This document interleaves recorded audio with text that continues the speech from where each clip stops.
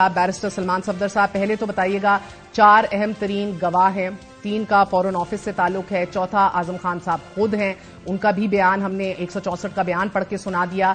इसके साथ अगर डॉक्यूमेंट्री एविडेंस को नत्थी कर दिया जाए बड़ा तगड़ा साबित हो सकता है। कानून में सादा गवाह भी है, वादा माफ गवाह भी है, कितना वजन रखते हैं?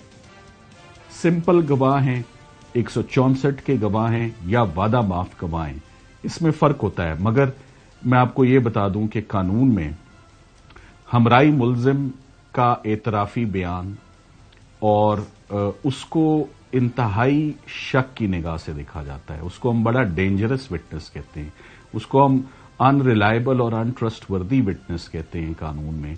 उसकी मिसाल दी जाती है गिरगिट के साथ कि कैमेलियन लाइक कैरेक्टर है जो अपने रंग बदलता है और अपनी साइड्स बदलता है, कभी वो मुल्जिम होता है तो कभी वो सरकार के साथ खड़ा हो जाता है। तो कहा यह जाता है कि ऐसे गवाह के ऊपर कभी भी किसी भी केस में इन्हिसार नहीं करना चाहिए, सरकार को अपने केस पर अपनी टांगों पर खुद खड़े होना चाहिए।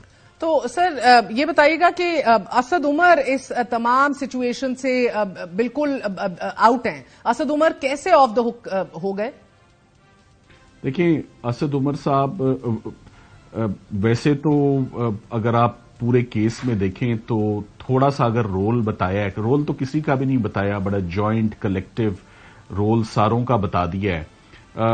पहले मैं आपको ये बताता हूं कि जो आजम खान साहब के ऊपर इल्जाम है, उन्होंने कहा कि इन्होंने जो एक साजिश है बनी गाला में हुई उसका ये हिस्सा थे और साइफर के डॉक्यूमेंट्स को ट्विस्ट करने में और मैनिपुलेट करने में इनकी ड्यूटी थी। तो अगर उनका ये किरदार बताया गया और वो मुल्जिम नहीं है तो फिर मेरा ख्याल है सरकार ने अपना केस खुद ही खराब कर लिया।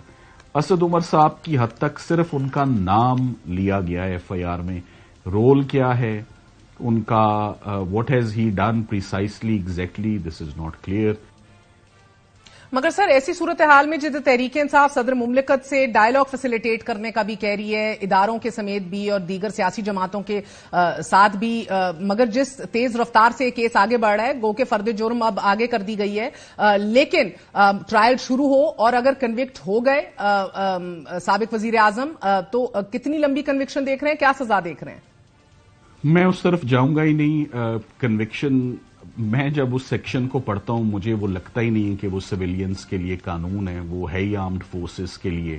पर उसमें ये लिखा है कि अगर कोई और कैटेगरी होती है, अगर कोई इसमें आर्मी, नेवी, एयरफोर्स, अगर कोई उनके ऑफिशियल्स नहीं हैं तो in all other cases 2 years और फाइन और बोथ। और जब और फाइन होता है तो वो बेलेबल जुर्म तस्वर होता है। सो पहली बात ये जुर्म है ही नहीं। और अगर आपके सवाल का जवाब या अगर कहा जाए कि जी मैक्सिमम स्ट्रेच करके अगर कोई बनाया जाए जमानत के लिए तो क्या लायबिलिटी बन सकती है पॉसिबली अगर सरकार केस साबित कर दे फॉर सिविलियंस, तो आपके सवाल का जवाब है फाइन का केस है ये।